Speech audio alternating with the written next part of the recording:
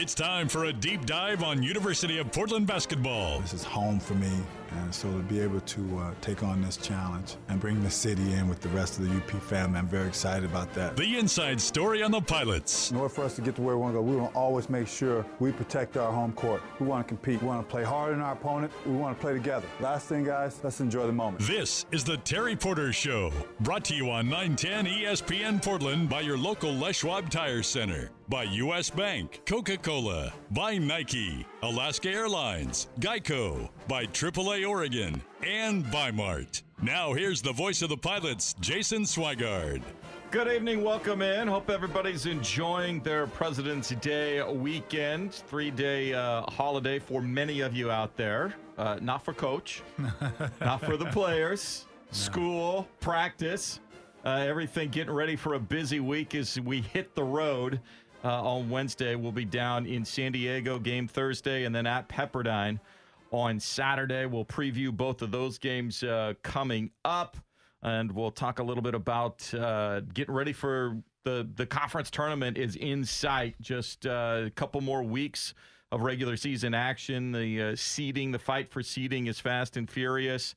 And while Gonzaga is trying to lock up their number one overall seed in the tournament, you got a couple of teams on the bubble that are trying to get in, a second team from the West Coast Conference, and then a lot of teams there trying to get that first round bye, get to one of those 5 or 6 seeds. So some interesting thoughts there. As always, you can join in by calling in 503-542-0910 if you have a question for Coach, 877-535-9100 as well on the toll-free line. But overall, we got to start with San Francisco.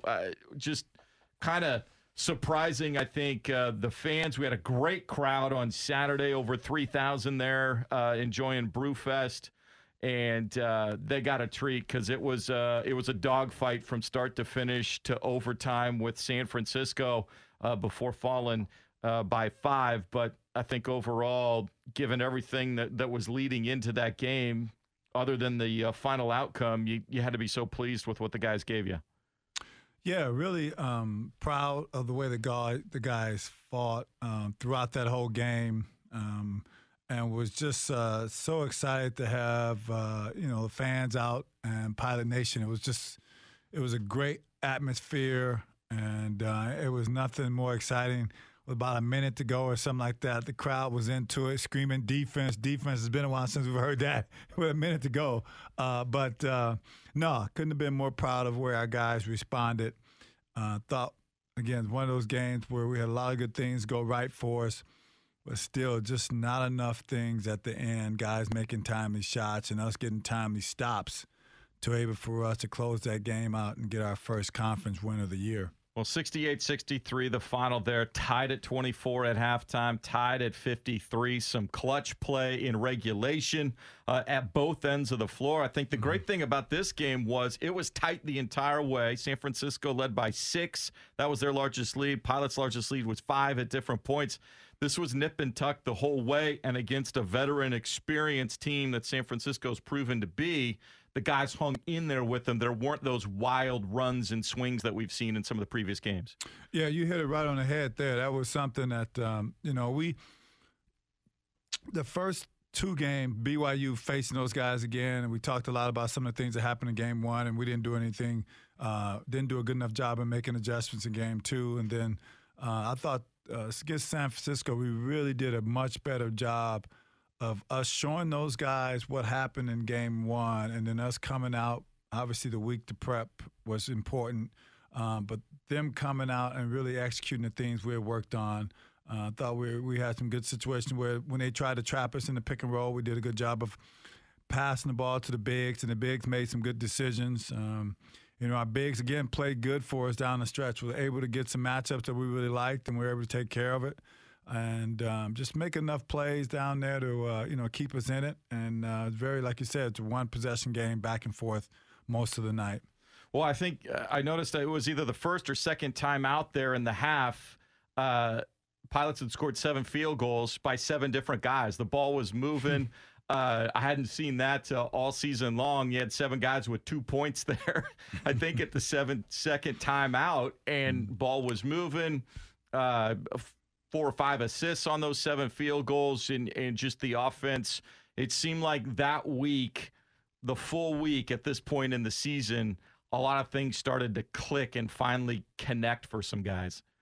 Well, yeah, one of the things we talked about that week, it's like when you face most good quality teams, you can't try to attack them on the strong side. And so we showed them film on it. We showed them how, San Francisco defense really loaded up on that strong side. And I thought our guys did a great job of providing skip passes, or the big that got a pocket pass would skip the pass. And we always talked about that week of getting to the weak side and getting the 2-on-1 numbers on the weak side that we had a chance to try to get shots and have opportunities to drive it, and thought we did a good job of just not settling for shots on the strong side. Whenever you face a team that's a good team that's strong, they most of the time they're really solid on that strong side defense, and you have to have patience and the ability to, if you're going to drive the strong side, you still got to skip the ball and then try to get it to the weak side where you have the numbers and you can try to get a quality shot out of it.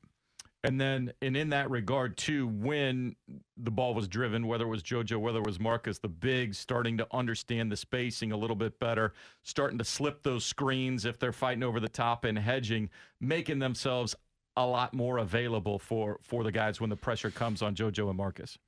Yeah, I mean, pick and roll is so important in today's game, offensively and defensively, man, because most teams run it offensively. So you have to be able to have both the guard and the big understand how to get open in little pockets and trying to take advantage of that situation. I thought our bigs have done a tremendous job throughout the year of getting better at all the scenarios with teams. If they show hard, when do you slip out early? If they down it, when do you pop to the pocket pass opportunity? So again, hats off to all our bigs who've been able to continue to get better in those type of situations that's off the box, let alone their continual improvement on their ability to score on the box. The other place we've seen market improvement is team rebounding. Marcus Schaefer Jr. was the leading rebounder in this game with 8. I think he had 5 of them in the first 10 minutes as San Francisco hadn't dialed it in from range yet. They missed quite a few jumpers and threes early on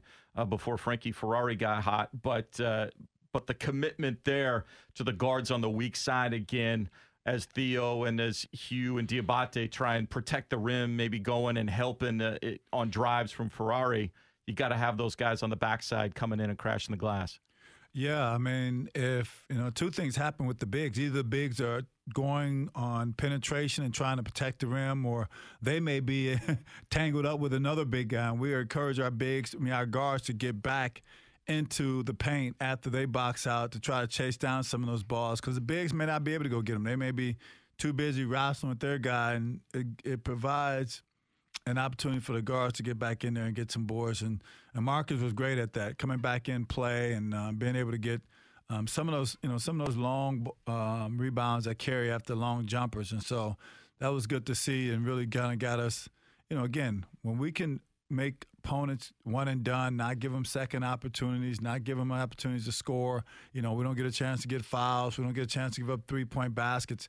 That's huge in our defense. And so many games this year, we have not done a good job in either one of those areas. Yeah, out-rebounded them 39-35, 10-9 advantage on the offensive glass. So the team really doing it as a unit, as a group. Marcus hits the big 3 with the shot clock running down, ties things up at 24 to go to halftime. And then I thought in the second half initially, Hugh Hoagland defensively was huge. They were really trying to get to Renfro. They were trying to get to Lull and see if they could take advantage. And Hugh was up to the challenge. He didn't score as much as he had, but 7 boards. And I thought a lot of times just did not allow them room in the paint to operate. Well, we challenged our bigs this game. The post play, the first time we played them, they just dominated. McCarthy came off the bench and scored 20 on us, and so he had his way with us. And so, again, we showed the guys film. We showed them in regards to, how the post-ups and the position we allowed them to get was just too easy. Guys really did do a battle. They battled. They did their work early. They got out in front of them, made them push them off the box 2 or 3 steps, which was a huge difference. And like you said, Hugh did in the second half establish that, but they all did a good job, and they all took that challenge and not allowing those guys to get to the type of success they had the first time we faced them. And then Lowell and Renfro got into foul trouble there. Diabate comes in. Now he's got smaller guys on him at the other end that he could take advantage of. He had 8 points in 8 minutes in the second half. I think he was 4 for 6, 4 for 7 down there, and helped spur the offense. That 1-and-1 he had, I think he was perpendicular to the floor when he let the shot go. How are you able to recognize and try and get the right big combination in there? It seems to have become an art form, trying to figure out where the advantage is going to be and at one end of the floor to where the offense is versus what you need at the defensive end.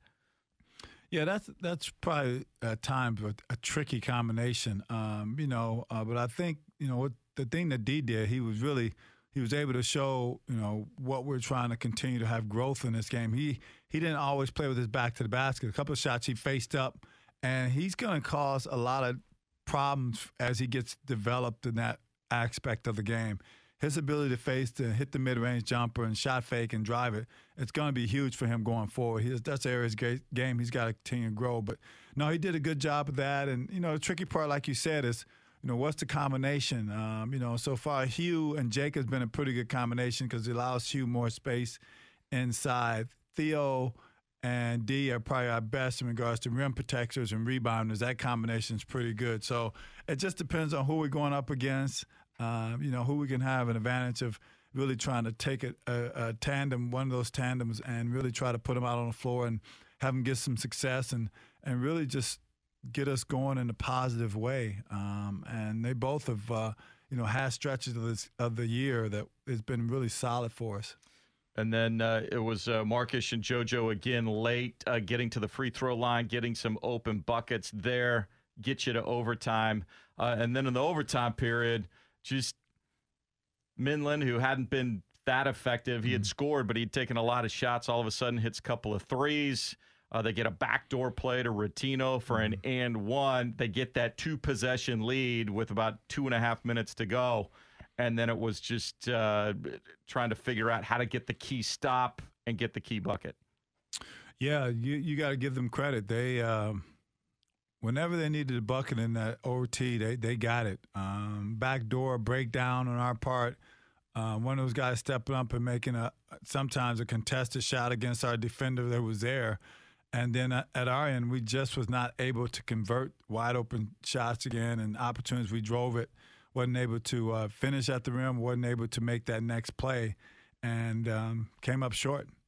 So came up just short, 68-63 in overtime, the loss there, but some huge strides made for the team. And now with just 2 weeks to go, sight set on Las Vegas, chance to build upon that momentum. When we come back, we'll talk about a couple of those items. One, for people, I went through and looked at the stats, especially in conference, of Marcus Shaver Jr. as he continues to make his case as an all-conference. It's just amazing what he has done trying to keep this thing going for the guys. So we'll spend a little time focusing on him.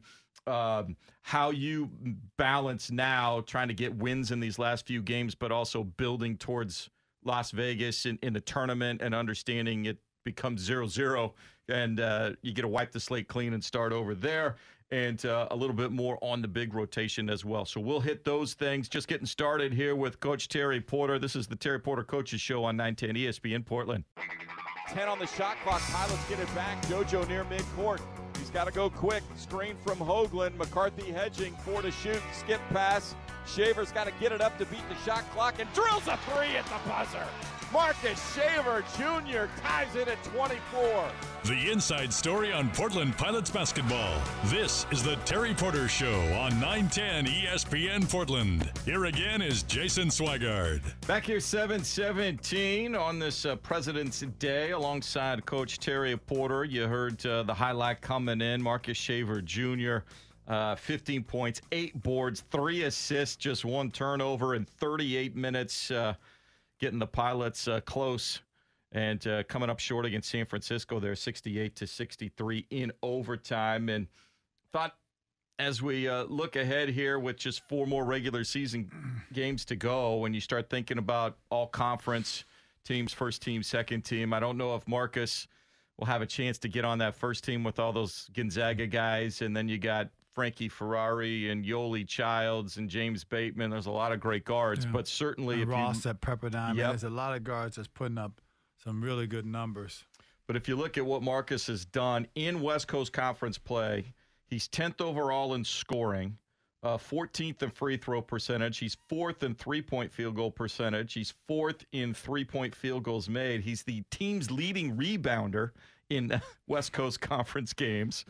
And I don't know how much more you can ask of he's, that's kind of been the story is as he amped his game up when we got into conference, he needed a little bit more help here.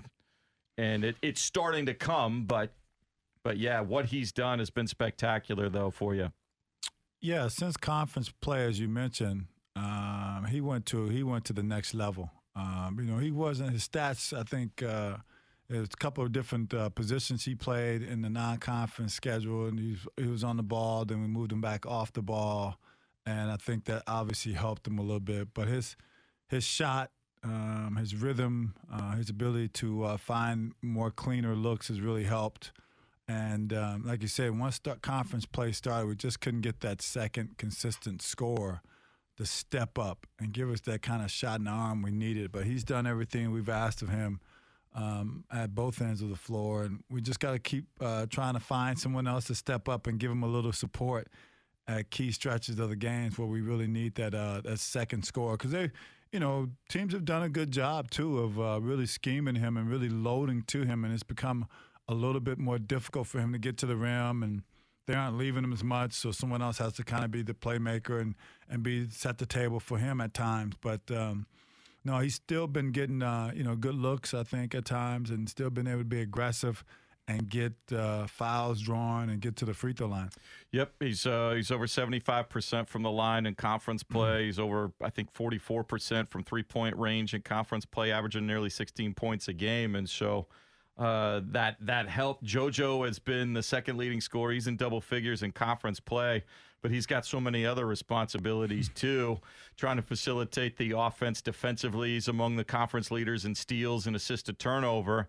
So to ask him to be the facilitator and set everything up, be out there guarding the other team's point guards, which is no easy task here in this lead, and then shoulder more of the scoring burden. That's a lot for a young sophomore to handle.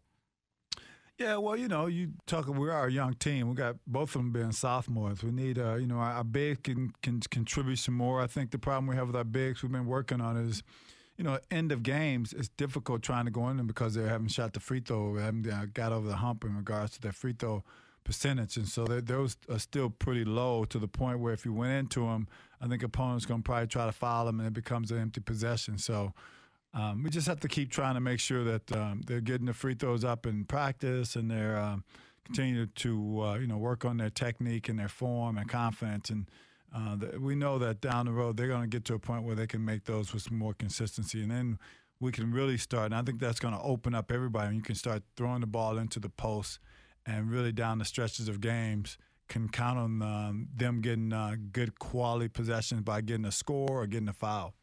And then the missing link in there is the wing scoring. Again, in that San Francisco game, you combine Franklin Porter, Jacob Tryon, Josh McSwiggan, just 2 of 10 from three-point field goal range. That's kind of been their story throughout conference play. And as somebody who was a shooter, you understand that there will be some games you just don't have it, but a prolonged slump like that from multiple players, it's just a head-scratcher at this point.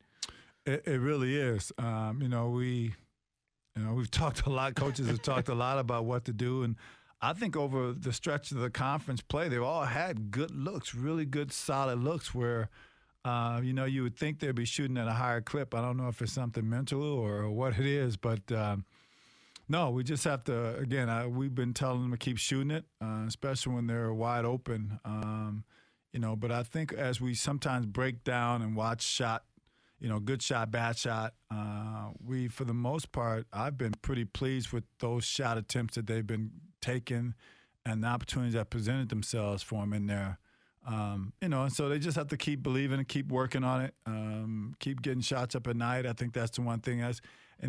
as coaches, we can encourage you, but we can't really, be there. And I think that's the one thing that they have to do is get more shots up. Whenever I went through a stretch like that, when I wasn't shooting it well, I tried to get more shots up and try to shoot myself back into a rhythm that could give me some confidence. How much of it is mental versus how much, and the two go hand in hand, maybe versus just technical stuff, making sure, I'm sure when you're watching the film, are they going straight up and down? Are they off balance? Are they fading? That sort of thing, depending on how they're coming off. Is it catch and shoot? Are they dribbling into it? Those sorts of things. How much is technical versus, just as you said, get more shots up, watching the ball go through the rim to develop that feel, that intangible nature to the shot? Well, I've always looked at two things when it comes to shooting. First, as you mentioned, is he floating? Is he falling backwards? What is his position? Is his legs under him? Is he square?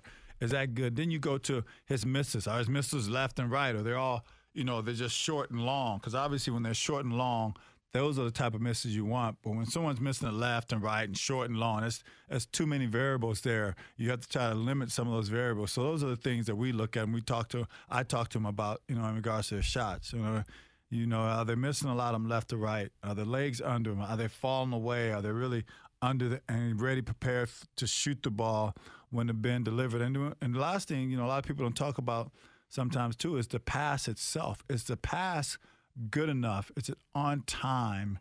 And is it in the pocket shooting slot? Because believe it or not, there's a big variable between the pass, the quality of that pass, and to the percentage of what they shoot when they catch the ball. Because, as a shooter, if you have to reach outside or low or high and then try to regather and get under, it becomes more variables you got to move and much easier for the defense to close out and scheme on you. And so you may not get that clean look and that clean opportunity.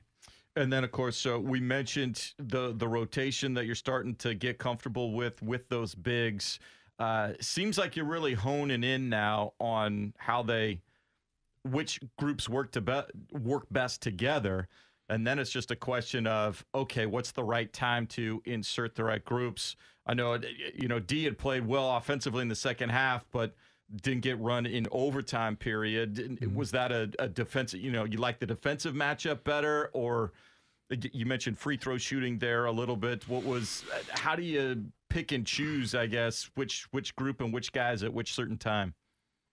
Well, down the stretches of games, we can't have two bigs in together. It's just tough with the potential of fouling and things of that nature. So we try to go with some of our better free throw shooters. That's a combination of Josh and Franklin and Krishan or whoever.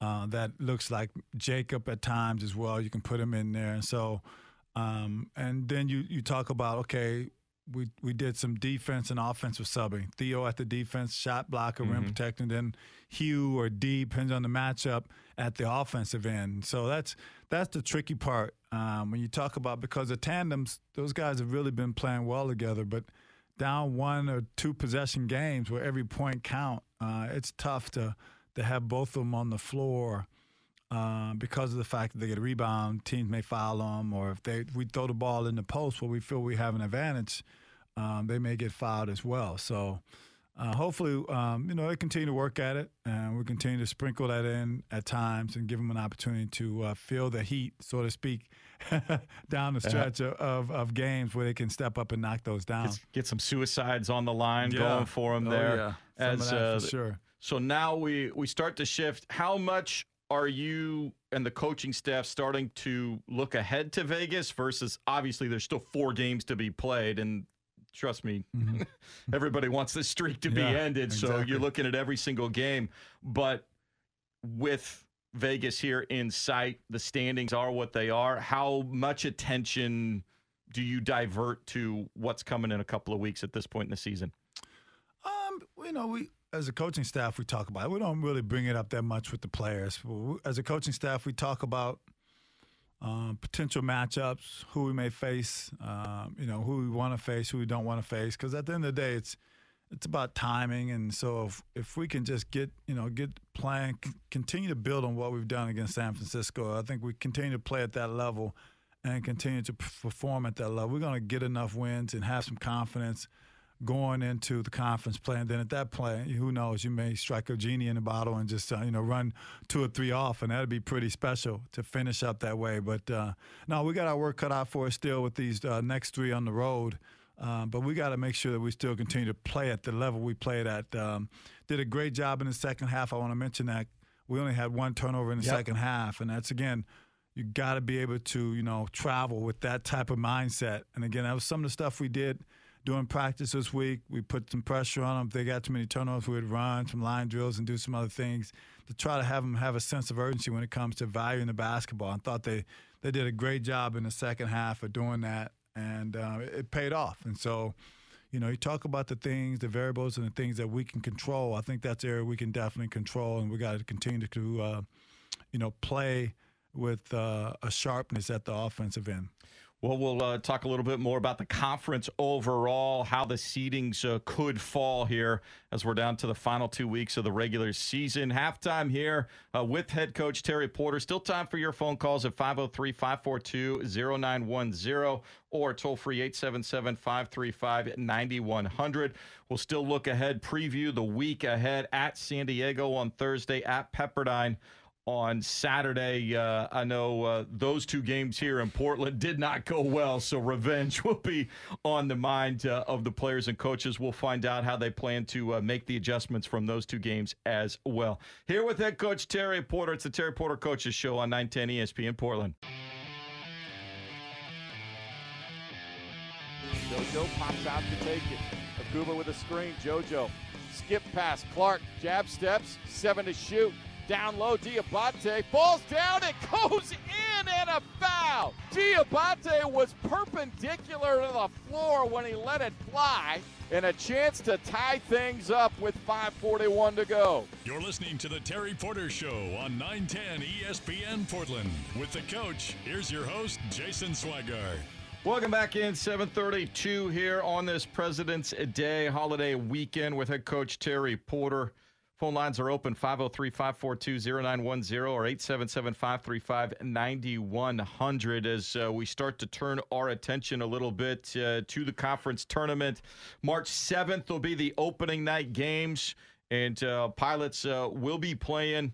It looks they're still an outside, mathematically still a shot at the 9 seed there, but everything will have to go right to get past Pacific. But as you start to look at the standings, Gonzaga has all but wrapped it up. They still have to play BYU, I believe. I'm not sure where that one game is, but they still have that. Assuming they take care of that, they will cruise to the number 1 seed. BYU's got a big one against San Francisco this week. Correct. And they looked vulnerable. Probably should have lost at least once last week, maybe both of them. Yeah, they did some unbelievable pull a rabbit out of the hat down the stretch of those games, and guys made some big time shots, and they were able to pull out both of those wins on the road. Yeah, they were down. They held Loyola Marymount without a field goal in the last 9 minutes of that game on their floor. On their floor at home. At home. So. Yeah. And then you have San Francisco, St. Mary's are both 8-4. Then it gets fun. Santa Clara at 6-7 is in the 5th seed. San Diego 5-7 is 6. Loyola Marymount and Pepperdine both 5-8. So what any of those 4 teams realistically is who the Pilots could be facing in that opening round game. Is there a particular team at this point that you think you match up better with, or is there one that you think is a really bad matchup and you're hoping to avoid? I don't know. I think we've had stretches against all those 4 of those teams that you mentioned where we played pretty good.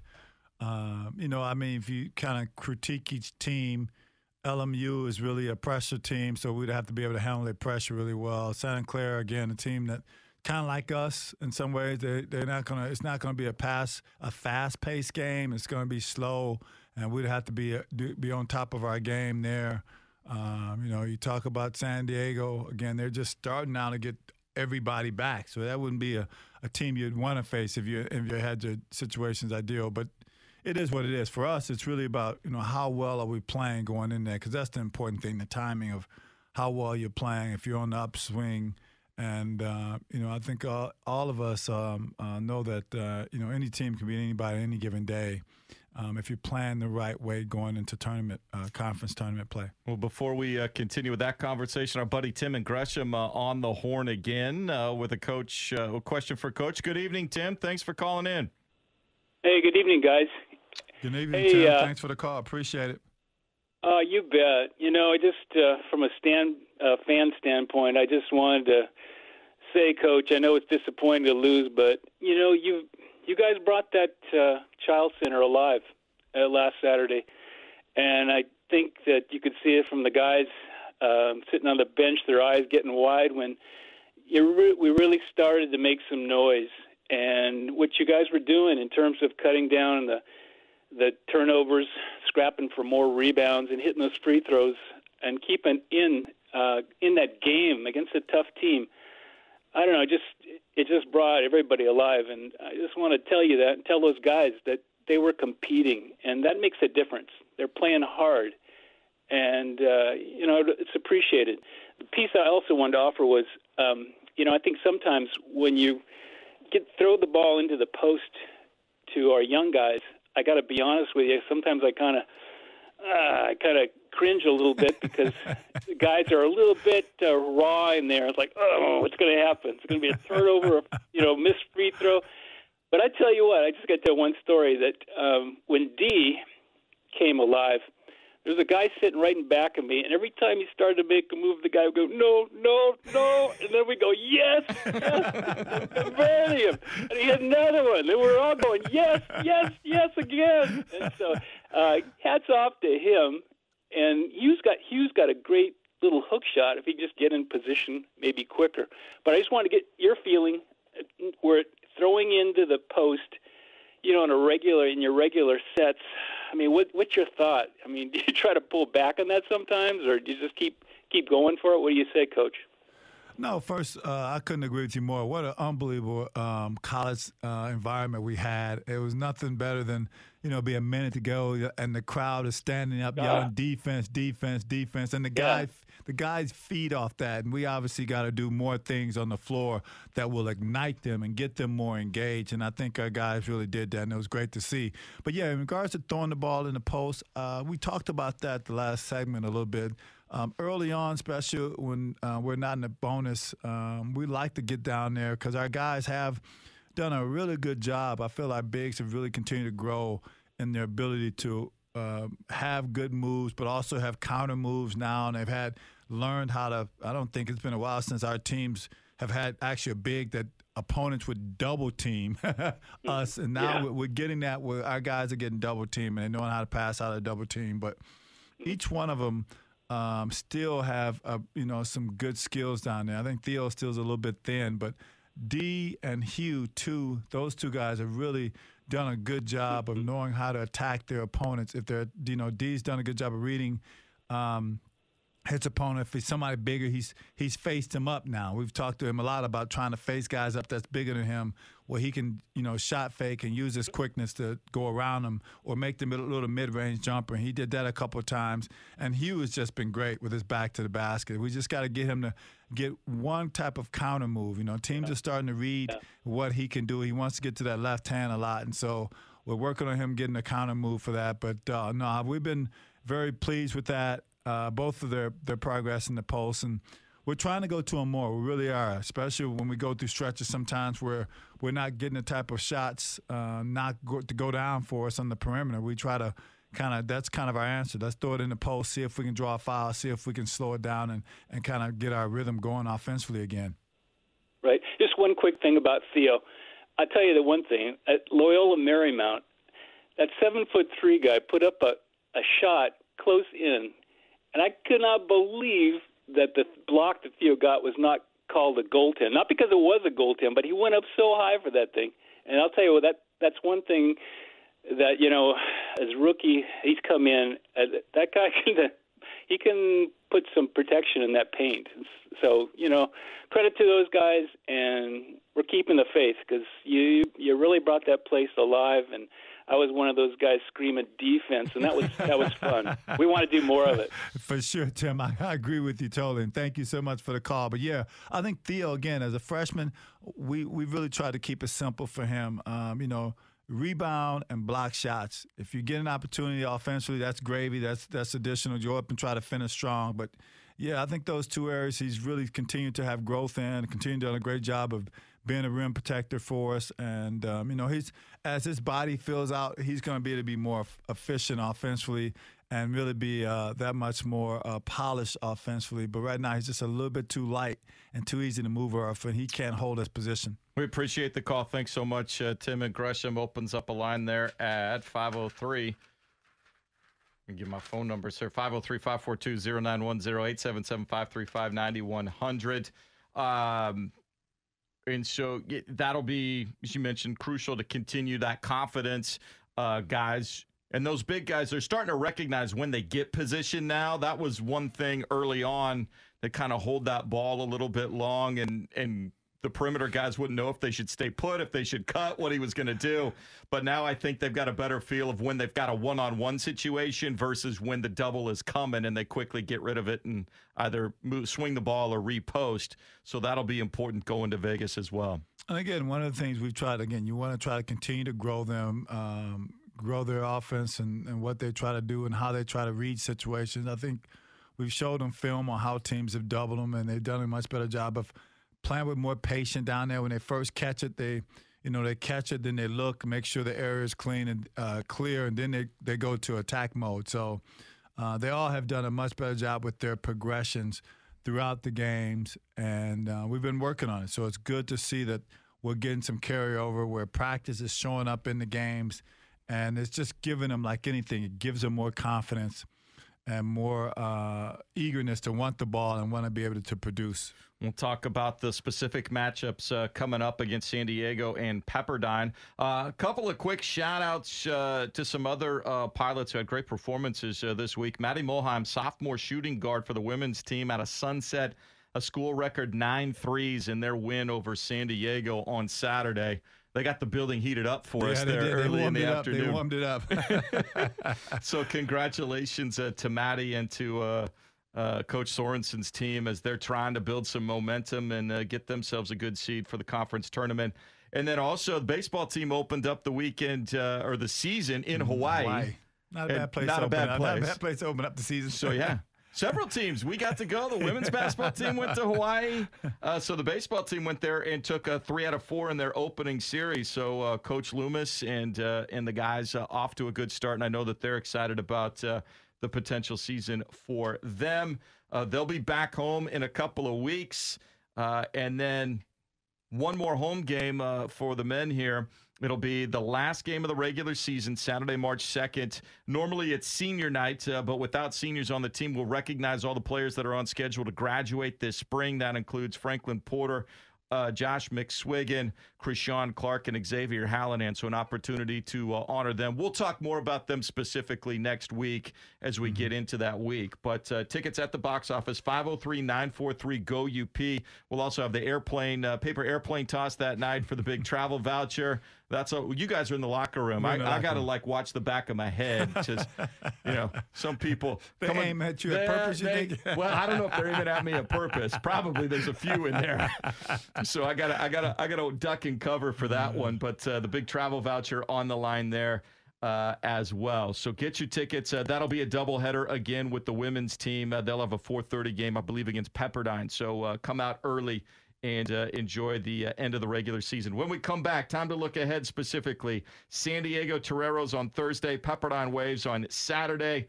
The games in Portland did not go well, so we'll talk to Coach and see what adjustments they've got and what they'll have to improve on to go get a win on the road this week. As we continue on, it's the Terry Porter Coaches Show here on 910 ESPN Portland. Akuba comes off the baseline, sets a screen for Shaver, goes at Lull, draws 3 defenders, throw it out to McSwiggan, quickly whip it left.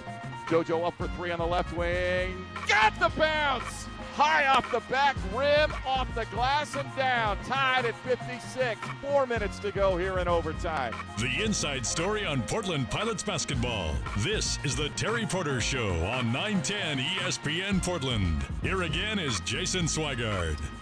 Back here, 7:47, wrapping things up with head coach Terry Porter on this President's Day. It'll be a busy week as we head to Southern California Apparently, we're taking our weather with them. It's supposed to be rainy and not above 60.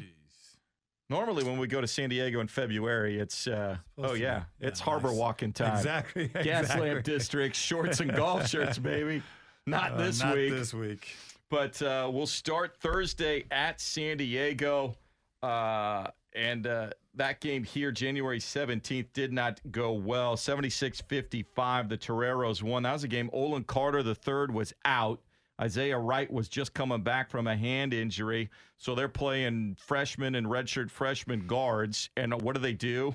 They come in and hit 4 early threes between them. So you had Calcaterra, Finn Sullivan, and Andrew Ferguson, who combined to go 6 of 10 from three-point range in the first half. They built a big lead and then hit the glass. Turnovers were an issue in that one. And Marcus Shaver Jr. did have 21, but the team outside of Marcus was just 11 of 44 from the floor and 3 of 19 from field goal or from threes. So it was one of those games kind of where the things were a little uncertain and everybody was frustrated searching for answers at that point. So what do you take away from that game? Obviously, Olin Carter III is now back for the Toreros, running things. But those freshmen, with all that confidence in the games that they played, and all of a sudden they've got where it looked like they were just going to play 6 or 7 all season long. Now they can go 8 or 9 deep with guys that can come in off the bench. How are they progressing? How are they different from the first time around? Well, I think for us, that game that's on me as a coach. I think we tried to start our best offensive team, and we had Jacob play the 5, and it didn't turn out that well. We didn't have much firepower, so that was a short experiment. That was a very short-lived experiment. But no, I think whenever you face an opponent, you try to take away. Like you said, Carter had just went down the night before the last game, and Wright had just came back. And we tried to really limit those guys. We did do a good job on, I thought, Wright and Pinero. But, again, the freshmen, we allowed those guys still to make some shots. The freshmen made some shots in against our zone, and then they made some other perimeter shots. So we just allowed those guys to get too comfortable and get too many clean looks. And, they're both have had, pretty good high school careers, and so they were able to knock down wide open shots. So we got to make some adjustments in that area when they step on the floor. But now we're going to face their team, I think, for the first time, almost full strength. And so we played well down there last year. And so I feel confident that our guys are going to feel comfortable going into that building. We know it's going to be a difficult task. I know those guys are fighting to get back into a rhythm with everybody coming back. But for us, we got to build on the things that we did against San Francisco and take it on the road with us. We got to be good defensively with the things we're going to scheme this week. And then offense, we got to keep that ball moving. It's got to go side to side. This is another very good defensive team that will load the strong side. And we have to have the ability to attack the strong side, but also have the ability to skip passes and just try to really take advantage of them trying to load the side and try to get to that backside of their defense where we can have numbers. Yeah, they've lost 4 of their last 5. They've had a brutal run of their schedule. They've played Gonzaga twice in their BYU. They still have games against BYU, San Francisco, and St. Mary's here to close out. So they will be keen on feeling like we got to get this one. Yeah. And so the guys will have to keep up that same mentality that they had against San Francisco. And then Saturday, Pepperdine, that'll be at 5 o'clock. So a twilight affair. And this Pepperdine team continues to be bit by injuries. Their one guy in the middle, Cameron Edwards, who has all sorts of talent and causes all sorts of problems, he's gone down again, which makes them really a perimeter-oriented team. They got a lot of swing guys, essentially. They have some length. They're athletic, so you still have to concentrate on the glass. They'll come from outside rather than using bulk to just hold off space. But how does that change the dynamic of what they're doing? They'll rely even more on Colby Ross, their point guard, to really set the table. Well, yeah, he's going to have a little bit more weight on his shoulders in regards to trying to set the table for everybody. And I think some of those other guys going to be given more opportunities, and we just have to make sure we do a good job of not letting one of those young guys come in and have a big night. And they got pretty good shooters. They have pretty good guys that know how to get out and get into the paint. I'm sure the pace of play will be one that's up-tempo, obviously because they'll be smaller. So we can't turn it over. We got to have good shot selections, and we got to make sure that they're taking the ball out of the net more than they are just getting the rebound and pushing it at us and not allowing us to get our defense set. Yeah, you go back 83-58, Pepperdine with the victory. That was maybe really the first game we saw a team come out and really hedge on Marcus Shaver Jr. They had the lengthy Jade Smith on him on the ball, and then pretty much whether it was a down screen, whether it was a cross screen, whatever, somebody was coming off hedging, whether it was Kessler Edwards or Colby Ross himself, Eric Cooper Jr., all those guys, they really focused the defense. Nobody for the Pilots scored in double figures in that game. They really cranked it up, and I would imagine without a presence in the middle of the paint, they're even going to be more pressure out on top that they'll bring. Well, yeah, I'm sure they're going to have a couple different schemes. I think first, like you said, they're going to really try to get the ball out of Marcus and just make sure he doesn't get any clean looks. But again, if they got a small lineup, they may just switch everything. I think they're going to do a lot of things. And with a small lineup as well, they could press full court. And so I think they're going to probably do some different things to try to shake it up and, not just be able to do what they currently, what they usually could do without when they had Edwards on the floor. And so, not having him is a huge hole for them to try to fill, and they can't fill it one person. It have to be multiple people who try to pick up the slack. You talk about 20 points, and you're talking about 7 or 8 boards, and then you're talking about 3 or 4 assists. So they're going to have somebody else try to get a pretty good game, have a pretty good game that night. How do you approach a team like that all of a sudden doesn't have an established post player? How do you look at then the bigs in that game? Both offensively, hey, opportunity, there's nobody. If we can get it to him down there, there's really nobody that can keep him from getting to the rim versus at the other end defensively. How do they match up? Who can they guard without having to run around on the perimeter? Well, yeah, I mean, it's all about matchups. I mean, do we start 2 bigs? Do we start 1 big? Do we play man? Do we play zone? I mean, all those things are things we talk about. If they're going to be smaller and they're going to really be trying to pressure us, a lot of times you want to have another ball handler on the floor as opposed to having just those 2 bigs on the floor. Because if you have 2 bigs on the floor and they pressure us and you can't able to get the ball up the floor, it doesn't have it. You can't take advantage of your size and your height underneath. And so, but no, I think that's something we're going to give some thought to as we start thinking and seeing what they do now. These last 2 or 3 games, what they've done in regards to against their opponents. Have they tried to pressure teams? Have they tried to, switch? What have they done offensively? And we'll take all that, watch all the film, take all that in consideration and try to come up with a pretty good, solid game plan ourselves to try to attack them and take advantage of the matchups we will have. Yeah, in their last game Saturday, they played St. Mary's pretty tough. Looked like they were getting the best of them, and then Malik Fitz went nuts in the second half. He finished with 25 there. 72-65 St. Mary's victory over Pepperdine. So that is the week. 7 o'clock at San Diego on Thursday. We'll have pregame at 6:30. And then Pepperdine, that'll be a 5 o'clock game on Saturday. We'll have pregame at 4:30 here on 910. Hope you will tune in for that. Thanks as always, Coach, for coming on down on a Monday. Love it. Thank you for having me. And thanks, as always, to Preston Highfield.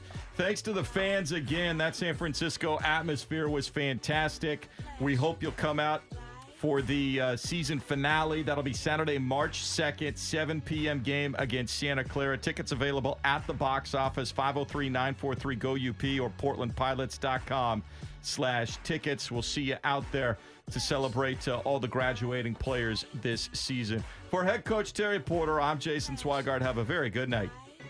This has been the Terry Porter Show with the head basketball coach of the Portland Pilots. Tonight's show was brought to you by your local Les Schwab Tire Center, by U.S. Bank, Coca-Cola, by Nike, Alaska Airlines, Geico, by AAA Oregon, and by Mart. Join us for University of Portland basketball all season long on 910 ESPN Portland.